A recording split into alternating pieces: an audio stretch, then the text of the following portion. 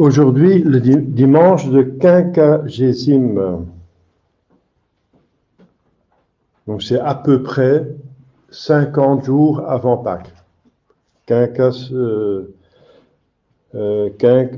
ça veut dire 5. Donc septuagime, c'est 70, en 70. Sexagésime, c'est 60, à peu près, hein, parce qu'une semaine ne porte pas 10 jours, mais c'est à peu près, quoi. C'est symbolique.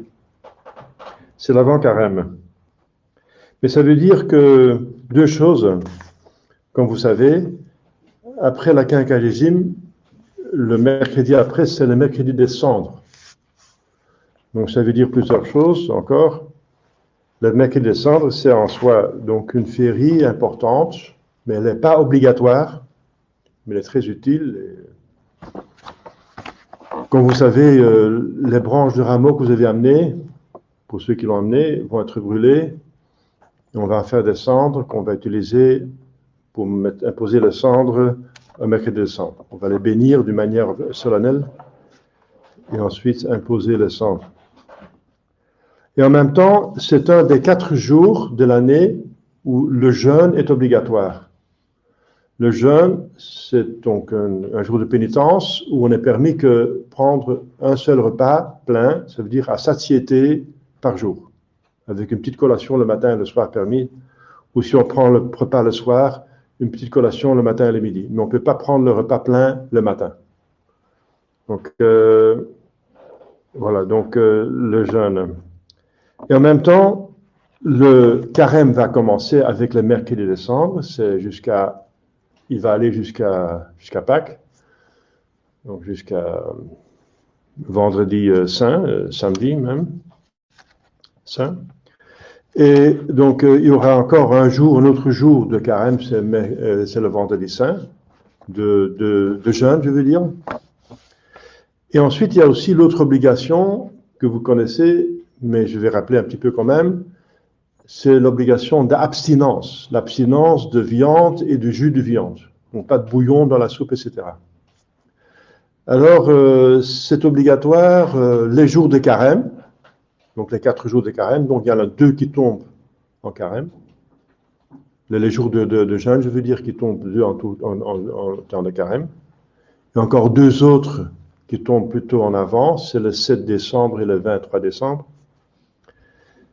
Donc, le jour d'abstinence, ça veut dire on ne peut pas prendre de la viande et jus de viande, est imposé les jours de jeûne, donc mercredi décembre.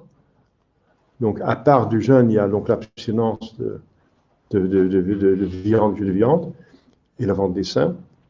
Et tous les mercredis de carême, selon le dernier pape qui a réglé cela. Donc c'est toujours valide. Le pape qui a changé ça est Paul VI après ses hérésies de 64-65. Donc par l'hérésie, le pape perd sa papauté, sa juridiction, donc ça vaut rien. Donc la fraternité Saint-Pédis se trompe en suivant la réglementation de Paul VI. Donc selon le dernier pape, vrai pape qui a réglé, c'est Pie XII, c'est ce que je viens de dire. Donc, je répète, pour maintenant cette période qui va arriver, le mercredi des cendres et le vendredi saint, c'est jour de jeûne et d'abstinence. Et ensuite, tous les vendredis de l'année, donc aussi du carême, et les mercredis de carême, c'est encore des jours d'abstinence. Si vous n'en sortez pas, vous allez voir sur mon site qui est en ce moment bloqué, mais je vais l'ouvrir de nouveau. Je l'ai mis en construction, mais je vais l'ouvrir. Ma chaîne de YouTube est de nouveau ouverte. Donc, elle était bloquée pour une certaine raison. Je l'ai ouverte de nouveau. Donc, alors, vous savez, pour tout vous dire, pour vous rappeler, le jeûne est obligatoire sous péché mortel, hein, à partir de 21 ans jusqu'à 59 accomplis, donc jusqu'à 60 ans. Obligatoire, sauf dispense que vous recevez d'un prêtre ou d'un docteur. L'abstinence aussi, c'est sous péché grave, c'est des commandements de l'Église. Les commandements de l'Église, c'est sous péché grave. Donc, c'est pas aléatoire. C'est pas à volonté. C'est obligatoire à partir de 7 ans jusqu'au décès. L'abstinence. Sauf encore contre-indication médicale, etc. Voilà, donc ce sont des commandements de l'Église qui vous facilitent d'entrer dans le carême, parce que c'est un minimum. Hein. 2 jours de jeûne, c'est rien. Par rapport à une époque, il y a même pas 100 ans, qu'il fallait jeûner 40 jours, obligatoirement. 40 jours. Mais à cause de la guerre, Pie XII a adouci, et après après la guerre, il a laissé l'argumentation de 2 jours obligatoires. Mais ça ne veut pas dire que pour le reste, on fait la fête, n'est-ce pas? On reste dans le carême, mais on fait ce qu'on peut, mais alors c'est volontaire. C'est d'autant plus méritoire que c'est volontaire, entre parenthèses. Mais on va en parler en carême. Maintenant, on est encore en quinquagésime.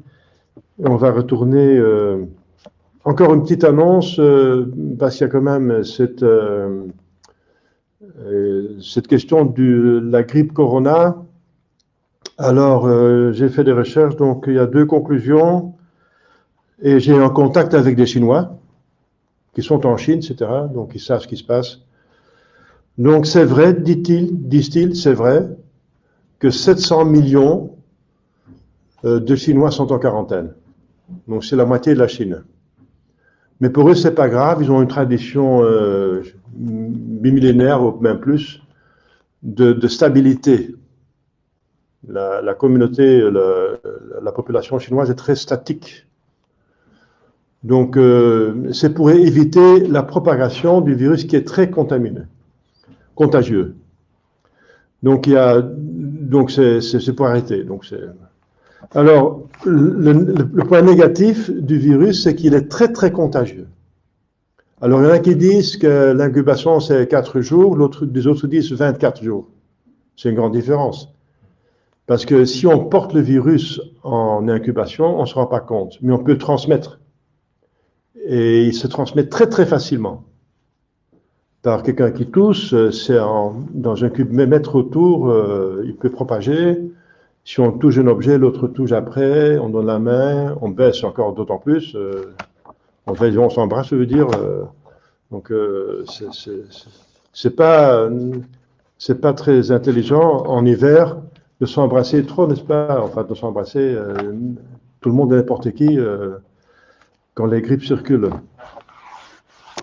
Alors, c'est même contre la charité fraternelle. La charité, l'amitié, c'est communication de bien, pas de mal. Alors une grippe, autant que je sache, n'est pas un bien. Donc si on s'embrasse en hiver, on communique le mal, donc c'est pas une amitié. C'est une amitié mal entendue, donc, mal comprise.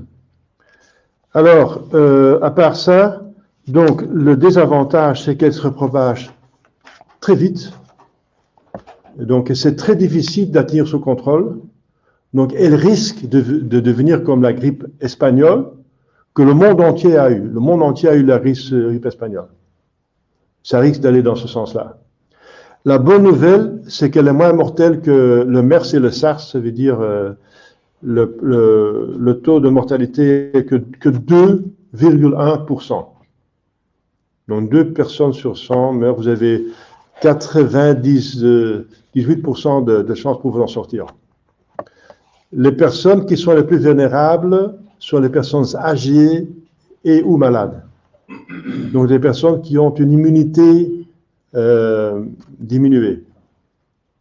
Donc le moyen par excellence, c'est d'augmenter votre immunité. J'en parle parce que pourquoi j'en parle en sermon, enfin avant le sermon, parce que ça touche le 5e commandement, ça veut dire il faut prendre soin de sa santé, quoi, le 5e commandement. Et essayer de par charité, ne pas propager des choses, mais c'est très difficile. Alors, donc, le moyen le plus efficace, c'est toujours, comme on l'a dit au début, et ça c'est toujours valable, c'est de mettre votre système immunitaire à point. Il y a des moyens naturels comme l'echinacea, le propolis, le cat's claw, aussi, etc. Il y a plein de moyens, regardez sur Internet. Le virus ne supporte pas de l'ail, etc., du iodium liquide, etc. Donc plein de choses.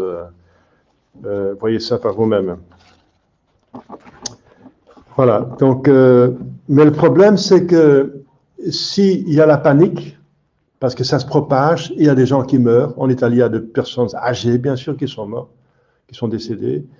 Il y a la panique qui peut s'installer, comme en Chine. Quel est le problème en Chine? C'est que c'est arrivé en masse. Il y avait des morts qui tombaient et les hôpitaux ont été submergés. Ils ont imposé la quarantaine. Ça a empêché le trafic, donc l'approvisionnement des nourritures, des aliments a été empêché. Donc il y a une abondance dans les campagnes, il y a une carence dans les villes. Et c'est ça qui cause la panique et le problème, n'est-ce pas? Donc voilà, ça dépend de comment vont agir les autorités. Si les autorités vont, comme en Chine, imposer la quarantaine et interdire le trafic, ça va donner quand même un grand coup à l'économie et à l'approvisionnement des aliments. Alors ça peut causer des problèmes. C'est pour ça que les gens se précipitent dans les supermarchés pour acheter, faire des provisions, les provisions, etc. Donc, et si tout le monde y va, il n'y a plus rien. Il y a une carence. Donc il y a ça. Donc, alors c'est plutôt, voilà, c'est comment est-ce que le gouvernement va gérer ça, n'est-ce pas? S'ils vont imposer des mesures et ça se propage plus lentement, c'est aussi plus gérable si ça se propage lentement. Voilà, c'est tout ce que je peux vous dire. Donc, si votre système immunitaire est à point, vous aurez peut-être la grippe, mais ça va passer comme une autre grippe. Donc, c'est pas à craindre finalement, du tout, si on est en bonne santé. Des personnes qui ont une immunité diminuée, il faut y travailler. Hein. Donc, il y a des moyens pour la mettre à point, à niveau. Voilà. Au nom du Père et du Fils et du Saint-Esprit, ainsi soit-il. Chers fidèles, l'Épître est un des textes les plus importants et les plus beaux de toute l'Écriture sainte. C'est l'hymne de la charité. Je connais des personnes qui l'ont transcrit en belles lettres et en lettres d'or, et l'ont encadré et mis quelque part sur un lieu d'honneur dans leur maison, et qui le lisent de temps en temps. C'est très important, c'est un examen de conscience sur le plus important des vertus, l'amour de Dieu. C'est l'amour de Dieu, bien sûr. L'amour de Dieu et l'amour du prochain par amour de Dieu. Saint Paul écrit cela. Et oui, il y a beaucoup de choses, on peut prêcher une retraite sur l'amour de Dieu. Parce que l'amour de Dieu, c'est la seule créature, c'est une créature puisqu'elle n'est pas Dieu. L'amour que nous avons de Dieu n'est pas Dieu, sinon nous serons Dieu. Mais c'est une créature la plus belle, la plus noble et la plus nécessaire. Parce que c'est la seule créature qui nous unit vraiment à Dieu. L'amour a la propriété d'unir. Et l'amitié unit. Et le ciel, c'est une union. Même l'état de grâce, c'est une union. C'est une inhabitation du Saint-Esprit, de la Sainte Trinité en notre âme. C'est union. Et ça se fait par amitié, par amour. L'état de grâce, c'est un état d'amitié, d'amour avec Dieu, entre l'âme et Dieu. Donc, c'est très important de comprendre un petit peu donc les effets pour s'y mettre, s'adonner, se proposer comme dévotion particulière, c'est de faire beaucoup d'actes d'amour de Dieu. C'est les actes qui augmentent la vertu. Les actes de la vertu augmentent la vertu. Et c'est la quantité ou la qualité de votre amour de Dieu qui va décider de votre éternité. Première importance. Et encore, non, avant cette première, il y en a une autre qui est encore première, c'est deuxième plutôt. La première, c'est que si vous avez l'amour de Dieu à votre moment de mourir, de décès, vous avez l'éternité dans le ciel. Si vous ne l'avez pas, vous êtes dans l'enfer. Donc c'est elle qui décide. C'est l'amour de Dieu qui décide. C'est l'état de grâce. Vous voyez dans votre catéchisme, l'âme en état de grâce va au ciel, l'âme qui n'a pas d'état de grâce va en enfer. Et le purgatoire, c'est un lieu transitoire qui mène au ciel. Et les personnes les âmes qui vont au purgatoire sont en état de grâce, mais ils ont des peines à expier. Mais ils sont en état de grâce. Donc c'est l'état de grâce qui décide de votre éternité au moment de le mourir. Et l'état de grâce est l'amitié, est l'amour de Dieu. Mais c'est une situation d'amour de Dieu. Parce que l'amitié, c'est une situation. Si vous êtes marié, vous êtes en situation d'amour avec une femme ou avec un homme, si vous êtes une femme. C'est une situation. Donc il y a dans l'amour la vertu, la situation. Donc pour l'amour surnaturel, c'est la grâce habituelle, l'état de grâce. Et il y a l'acte de l'amour. Donc tout acte de charité augmente l'amour. Si vous faites une bonne œuvre à quelqu'un, ça augmente l'amour, la charité, l'amitié. Eh bien, l'acte d'amour de Dieu, ou toute bonne œuvre faite pour Dieu, c'est un acte d'amour de Dieu, augmente l'amitié, augmente l'état de grâce. Voyez. Donc, première importance, c'est que ça tient, tout se tient, n'est-ce pas? C'est que c'est la seule créature qui vous unit vraiment à Dieu. Tout le reste, toutes les autres vertus sont la cour, plutôt. Les pages, ce qui entoure la reine amour de Dieu. La foi prépare l'amour de Dieu. Sans la foi, il n'y a pas d'amour de Dieu, puisqu'on ne peut pas aimer ce qu'on ne connaît pas. La foi fait connaître Dieu, donc la foi est nécessaire. Mais comme dit Saint Paul, ce n'est pas le plus important, c'est l'amour qui est le plus important. Parce que la foi unit bien l'intelligence à Dieu, ça fait connaître Dieu, elle fait connaître Dieu, Sainte Trinité, etc. Mais elle n'engage pas automatiquement la volonté. Quand la volonté s'engage, c'est un acte d'amour. Et c'est ça qui a uni l'âme vraiment. Parce que le diable, il croit, mais il n'aime pas. Si on a la foi, mais pas l'amour de Dieu, on a la foi du diable. Qui ne voit pas Dieu, mais qui sait qu'il existe, qui sait exactement ce qui se passe. C'est un parfait théologien pour en abuser de la théologie, sa connaissance, pour séduire les âmes. Donc ceux qui croient en Dieu, comme les protestants, mais disent il ne faut pas nécessaire pour faire les bonnes œuvres, ils ont vraiment la foi du diable. Luther avait la foi du diable. Donc croire, mais croyez, mais péchez fortement, dit Luther, parce que vous ne pouvez pas vous empêcher de pécher, disait-il. Donc péchez fortement, mais croyez encore plus fortement que vous êtes sauvés. Mais c'est la foi du diable. Donc la foi est nécessaire. Elle est admirable si elle porte bien sûr à l'amour de Dieu.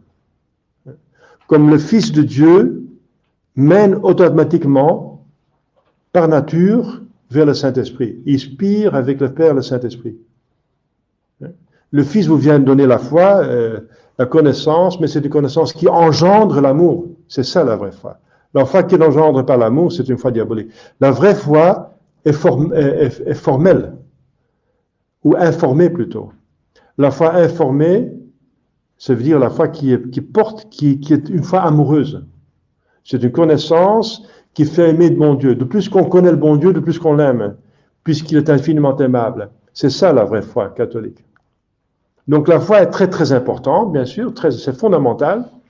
C'est fondamental, sans foi il n'y a pas d'amour de Dieu. Mais on ne reste pas à la foi seulement. Elle n'est pas toute seule. C'est une foi qui porte absolument, nécessairement vers l'amour de Dieu. Puisque la foi explique justement l'aimabilité de Dieu, ses commandements, sa volonté, votre destinée, etc. Donc c'est normal qu'on va devenir bon chrétien si on connaît la foi. Qu'on va entrer dans l'amour de Dieu. Et Jésus dit, si vous m'aimez, vous gardez mes commandements. Voilà. Donc la foi vous fait garder les commandements par les moyens de grâce qui sont l'objet de la charité. Et là, vous avez les trois vertus théologales. On a besoin de grâce, d'aide de Dieu pour croire, c'est un don de Dieu finalement, mais qui est donné à tout homme de bonne volonté, donc c'est une relation des deux qui viennent de côté. L'amour a encore une autre propriété que vous connaissez, ça vient de deux côtés. L'initiative vient d'une personne, hein. Donc l'amour entre un couple, c'est l'homme ou la femme qui prend l'initiative, et puis elle est répondue oui ou non, mais si elle n'est pas répondue, elle meurt. Donc, parce qu'en Dieu, elle est comme ça, n'est-ce pas? L'amour en Dieu, c'est entre deux personnes, le Père et le Fils. Celui qui prend l'initiative, c'est le Père qui engendre le Fils, et avec le Fils, il souffle le Saint-Esprit. Donc, fondamentalement, radicalement, essentiellement, l'amour vient de deux personnes. Donc, elle vient de la part de Dieu. Jésus-Christ dit, Saint Paul dit, Dieu vous a aimé quand vous étiez encore son ennemi.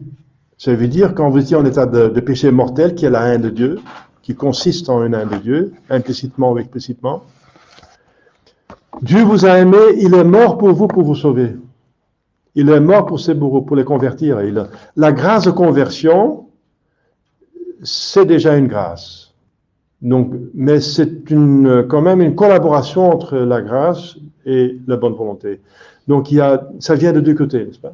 De la part de Dieu, ça s'appelle grâce. Dieu, un souverain qui gratifie des criminels. Nous sommes tous dans le péché d'Adam et Ève pour commencer, qui est un péché mortel, et ensuite nos propres péchés. Donc nous sommes gratifiés, ça veut dire les crimes nous sont pardonnés, mais à condition que nous sommes de bonne volonté. Que l'amour est un amour de retour, à un retour. Si l'amour n'a pas de retour, l'amour meurt, comme je viens de le dire. L'amour de Dieu meurt quand on ne répond pas. Et c'est pour ça que, voilà, ceux qui sont dans le péché mortel obstinés vont en enfer. Parce qu'il n'y a pas d'amour de Dieu. Sans amour de Dieu, il n'y a rien. Parce que l'amour uni à Dieu, si on n'est pas uni à Dieu, on est en dehors de Dieu, en dehors de Dieu, il n'y a rien. Et si on n'a rien, on meurt. On meurt. L'âme est immortelle, mais elle va souffrir. Parce que toute bénédiction, tout ce qui est bien vient de Dieu. Et en dehors du bien, il n'y a que le mal. Eh bien, si on refuse la source du bien, Dieu, on est dans le mal. C'est automatique. Donc, vous voyez l'importance de l'amour de Dieu, n'est-ce pas? L'amour de Dieu est l'uni à Dieu. C'est la seule qui a uni vraiment, parce que la foi prépare cette union. C'est une certaine union, mais qui n'est pas suffisante. Elle peut être la foi du diable, comme je viens de dire. L'espérance aussi a comme objet Dieu, mais elle est conditionnelle. C'est une espérance d'aller au ciel, c'est l'amitié définitive, éternelle, mais on n'est pas encore là. Et c'est aussi espérance porte sur les moyens d'y arriver, du salut. Donc on espère pour toutes les grâces qu'on a besoin, dont on a besoin pour aller au ciel. Mais c'est encore un enjeu, c'est encore un défi. Il faut encore répondre à cette grâce. C'est pas acquis. Mais l'amour, c'est acquis. Une fois qu'on aime le bon Dieu, on est déjà avec le bon Dieu est déjà dans votre âme. Ici sur terre, le bon Dieu est déjà dans notre âme par l'amour de Dieu, par l'état de grâce. Et il est déjà là. Voilà, il est déjà là. Et il suffit de garder cet amour, de développer, et on est. Qu'est-ce que c'est le ciel? Excusez-moi. Une définition qu'on pourra donner du ciel. Le ciel, c'est l'amour qu'on a de Dieu et Dieu pour nous, mais qui est ressenti, qui est épanoui totalement, n'est-ce pas, qui est ressenti. On ne ressent pas forcément l'amour de Dieu ici sur terre, puisque c'est un esprit dépasse les sens, et on sent surtout par le cœur, et le cœur ne peut pas capter, ne peut pas sentir par les sens, les sens qu'on a extérieur et intérieur, l'esprit, puisque l'esprit est immatériel, est insensible. Alors, le ciel, c'est que cet amour de Dieu, qu'on a déjà par la charité, parce que sans charité, on ne va pas au ciel, sans état de grâce. Eh bien, c'est cet état de grâce qu'on va ressentir. Et ce sera la vision béatifique, ce sera la jouissance de Dieu, ce sera la possession de Dieu. Voilà, c'est ça le ciel. C'est le ciel. Et c'est indicible. C'est indicible puisque c'est une participation à Dieu. Il ne faut pas oublier que l'être qui vous aime, et avec vos relations d'amour, n'est-ce pas, est un être infini, infini en tout, tout ce qui est d'aimable. Donc ça dépasse, ça va dépasser toute notre imagination, puisque l'imagination est encore sensible, c'est encore qui appartient au corps. Le corps n'arrive pas à capter l'esprit. Il dépasse infiniment les capacités de la matière. Mais c'est pour ça que l'union se fait surtout dans notre esprit, pour commencer, et ensuite seulement par redondance dans notre corps. Ça veut dire que c'est l'âme qui est unie à Dieu. Et c'est sur terre, Dieu, le Père, le Fils, le Saint-Esprit. Si on aime Dieu, on va croire en Jésus-Christ. C'est Jésus-Christ qui est la porte d'entrée. C'est la croyance en Jésus-Christ. En dehors de lui, il n'y a pas de salut. Non est in alio alico salus, il n'y a pas de salut dans un aucun autre. C'est lui la porte. Donc c'est par la croyance en Jésus-Christ, qui est la vérité, qu'on entre dans la divinité. Son humanité, c'est un instrument pour entrer dans sa divinité, qui est dans sa personne. Si on croit Jésus, on croit déjà Dieu, Dieu est déjà dans notre intelligence, mais pas encore dans notre cœur. Il va entrer dans notre cœur si on va faire ce qu'il veut. Faire ce qu'il veut, ça veut dire on va unir notre volonté avec la sienne. Et l'union, c'est justement l'amour. L'union, c'est l'amour. Et l'amour exprime l'union. L'amour engendre, veut, organise une unité, et l'unité exprime l'amour. Donc, si on veut ce que Dieu veut, on fait un acte d'amour. On fait un acte d'unité, donc d'amour, parce qu'on fait sa volonté, on veut la même chose que lui, et c'est ça l'amour. C'est Jésus-Christ qui dit, si vous m'aimez, vous gardez mes commandements. Vous voyez ? Si vous comprenez que Dieu est un, que l'amour est un, qu'il y a trois personnes mais un, alors vous comprenez que l'amour cherche l'unité. Elle organise l'unité. Et que ça vient de deux personnes, l'initiative. Donc, si vous voyez de la Sainte Trinité, vous comprenez l'amour puisque Dieu est amour. C'est l'amour prototype, le premier. C'est l'amour par excellence. Tout autre amour, c'est une créature, une émanation de l'amour sublime, c'est Dieu. Voilà. C'est pour ça que si vous voulez aimer, soyez catholique. Mettez Dieu entre vous deux. Mettez l'amour entre vos deux. Si un couple veut rester ensemble, qu'il mette Dieu entre deux. L'amour. Vous comprenez ? Voilà. De plus que vous aimez Dieu dans votre mariage, de plus que vous allez aimer les uns les autres. Puisque Dieu est amour. Donc, vous voyez l'importance de cet épître, n'est-ce pas ? Et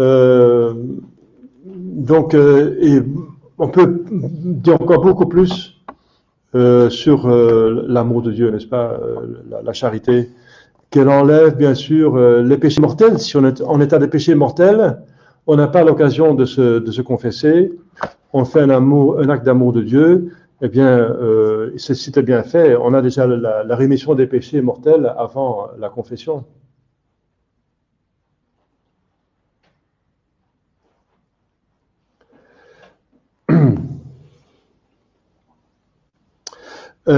Ensuite, l'acte d'amour de Dieu enlève aussi les péchés véniels.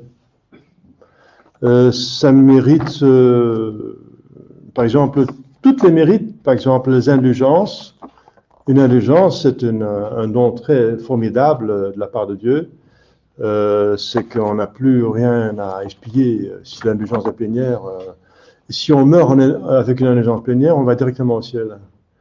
Eh bien, tout mérite vient de l'amour de Dieu. Et c'est très bien exprimé par le texte de Saint Paul. Si je donne mon corps pour être brûlé, c'est l'acte sublime le plus fort que vous pouvez avoir. Si vous mourrez pour quelqu'un d'autre, pour une cause. Mais vous n'avez pas l'amour de Dieu, ça vous sert à rien pour l'éternité. Voilà, ça vous sert à rien. Si vous faites brûler vivant, n'est-ce pas, pour une cause, mais c'est pas pour Dieu, c'est pas par amour de Dieu, ça vous sert à rien. Si je parlais le langage des anges, mais j'ai pas l'amour de Dieu, ça me sert à rien. Voilà. Donc c'est très fort, n'est-ce pas? Donc voilà. Donc c'est la chose la plus importante. C'est pour ça que ce texte est un des textes les plus importants de toute l'Écriture sainte, puisqu'il s'agit de la chose la plus importante, mais expliquée amplement. Voilà. Amplement.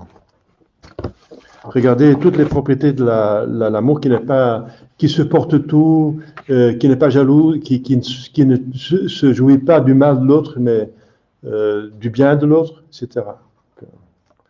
C'est très important qu'on fait un examen de conscience avec ça. C'est très beau, n'est-ce pas? Faites ça de temps en temps. Alors, je vais mettre ça en rapport avec l'Évangile.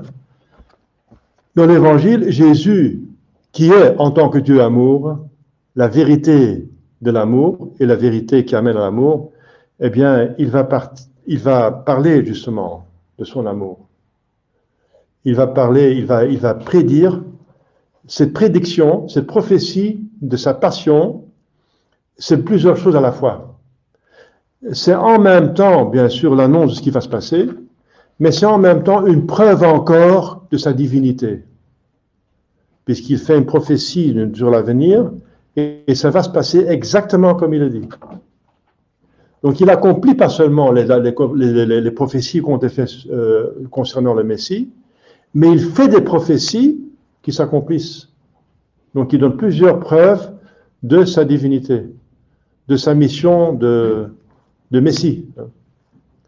Et donc il va ensuite encore confirmer par un miracle. Il va guérir un aveugle, ici dans le texte. Encore une confirmation. Donc encore un motif très fort pour croire ce qu'il dit. Alors, donc vous voyez Jésus qui prouve sa divinité, mais ce qu'il dit c'est vraiment dramatique.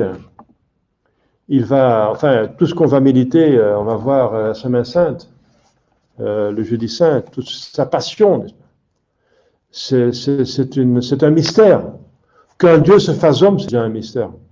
Que Dieu, cet être infini, s'unit pour toute éternité avec une créature même corporelle, minérale, l'homme à un niveau minéral, végétal, animal, etc. C'est un esprit moindre par rapport aux anges. Que Dieu s'unit pour toute l'éternité avec un tel être, c'est un abaissement incroyable. Mais ce qui s'explique par l'amour de Dieu, Dieu aime d'être parmi ses créatures. Donc il se fait créature pour être avec eux, n'est-ce pas? Mais pour les sauver. Donc c'est déjà un abaissement incroyable, infini, parce que la différence entre Dieu et l'homme, c'est infini. Donc c'est déjà un abaissement infini qui s'explique par un amour infini d'un Dieu qui se fasse homme, mais pour finir d'une manière incroyable, comme un esclave, lui qui est le Dieu, comme un esclave, criminel, lui qui est la sainteté, et martyrisé et tué par les hommes qu'il vient sauver par amour. Mais c'est inouï, c'est un mystère, ça dépasse notre possibilité de compréhension. Dieu nous dépasse dans ses perfections, mais alors aimons-le le plus possible quand même, c'est le minimum. C'est le minimum de l'aimer avec toutes ses forces, vous comprenez? Donc Jésus dit vrai, aimez Dieu avec toutes vos forces. Mais c'est parce que c'est le minimum, quoi. C'est le minimum. C'est des réponses. Parce que, encore, une propriété de l'amour, c'est elle cherche l'égalité. Une propriété de l'amour, dit Saint Jean de la Croix, dit l'amour veut répondre autant qu'on est aimé. L'aimer veut répondre à l'aimant autant qu'il est aimé, au minimum. Voilà. Donc c'est une loi encore de l'amour. Il y a une tendance de l'amour qui veut répondre, qui veut se mettre à niveau. Alors si on veut se mettre au niveau de Dieu, de l'amour de Dieu, allez-y, hein. Mais c'est tout à fait naturel, c'est tout à fait juste, c'est tout à fait ce qui convient qu'on répond autant que possible à l'amour. Si on est aimé à la folie, on essaie quand même aussi d'aimer autant. C'est normal si on est raisonnable. Si cette personne est aimable, elle est infiniment aimable, en tout cas. Et c'est notre avenir. Voilà. Alors, on est aimé d'une manière infinie. Alors, la seule réponse convenable, c'est de l'aimer par l'infini parce qu'on est incapable, mais de l'aimer autant qu'on puisse. Et maintenant, on comprend mieux pourquoi Jésus dit, le résumé de tous les commandements, c'est d'aimer Dieu avec toutes ses forces. Parce que c'est convenable, tout à fait convenable. Sainte Thérèse de Lisieux va encore trouver une astuce et va dire, eh bien, pour vous aimer, parce qu'elle cherche justement cette égalité d'amour. C'est normal. Alors, elle va chercher un moyen pour l'aimer autant que Dieu nous aime. Elle a trouvé le moyen. Elle a demandé à Jésus, donnez-moi votre amour pour, avec votre amour, aimer votre Père. Alors, elle aime avec un amour divin. Donc, voilà. C'est encore un moyen que les saints, n'est-ce pas, qui ont essayé de développer cet amour. C'est ça qui fait la grandeur de Sainte Thérèse de Lisieux. C'est la petite sainte avec la petite voix. Mais elle est la petite Thérèse. On l'appelle la petite Thérèse par rapport à la grande Thérèse qui est la réformatrice du Carmel au XVIe siècle. Et elle est la petite Thérèse de la grande Thérèse. Mais la petite Thérèse est proclamée par le pape Pie XI comme la plus grande sainte des temps modernes. Pourquoi? Eh bien, parce qu'elle s'est concentrée sur l'amour. C'est aussi typiquement la spiritualité du Carmel, de se concentrer sur l'amour comme le but, mais aussi comme un moyen en même temps. L'amour de Dieu, c'est le but de la vie, l'éternité, mais ils prennent l'amour de Dieu comme un moyen aussi pour arriver. C'est pas des actes d'amour, c'est en se concentrant sur l'amour directement qu'on essaie de faire son salut. Et c'est la sublimité de la petite voix de Sainte Thérèse, qui est une petite voix, elle est petite parce qu'elle est faisable pour tout le monde. C'est faire tout ce qu'on fait avec amour de Dieu, et le mieux possible par amour de Dieu. Et c'est la plus haute sainte, parce que cette voix est la plus haute en même temps. C'est une petite voix parce qu'elle est accessible à tout le monde, mais c'est la voix la plus haute parce qu'elle vous met directement en contact avec le plus essentiel, le plus important, le plus méritoire, c'est l'amour de Dieu. Voilà. La voix d'amour de Dieu, la petite voix de Sainte Thérèse qui est la plus grande voix finalement, en même temps, la plus haute voix. Saint Paul dit, je vous montre une voix encore plus haute, c'est la plus haute, la voix d'amour de Dieu. Voilà, donc je vais m'arrêter là, comme on peut faire, il y a encore une quarantaine d'avantages supplémentaires aux actes d'amour de Dieu, n'est-ce pas? Mais je vais m'arrêter là. Par exemple, elle peut anéantir les vices. Vous avez un vice, eh bien, faites des amours. Bien sûr, on peut faire l'acte contraire de ce vice, l'acte de vertu, mais Saint Jean d'Acre, c'est encore plus fort si on fait d'actes d'amour de Dieu qui contiennent toutes les vertus. Et aussi la vertu qui va détruire ce vice. La force, la plus grande force dans l'univers, c'est l'amour, qui dépasse même la mort. L'amour est au-delà de la mort. Tout s'arrête à la mort, dit saint Paul. Tout s'arrête, même la foi, parce qu'il va convertir en vision. Tout s'arrête avec la mort, sauf l'amour, elle va dépasser la mort. Donc à la mort, on va... Nous, ça veut dire âme, avec intelligence, mémoire et volonté. Qu'est-ce qu'on va amener dans l'éternité? L'amour de Dieu, c'est tout. Et c'est ça qui va décider de notre éternité. Et s'il y a un manque d'amour de Dieu, on va aller de l'autre côté, malheureusement. Voilà. Donc c'est essentiel.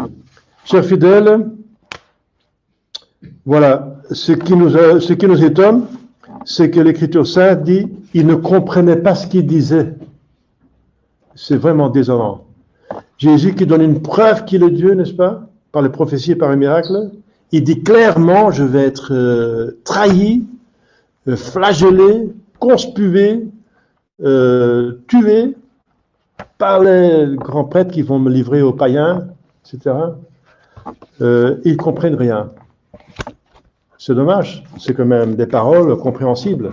Comment ça se fait que ça n'entre pas dans notre cerveau? Parce qu'on a des préjugés.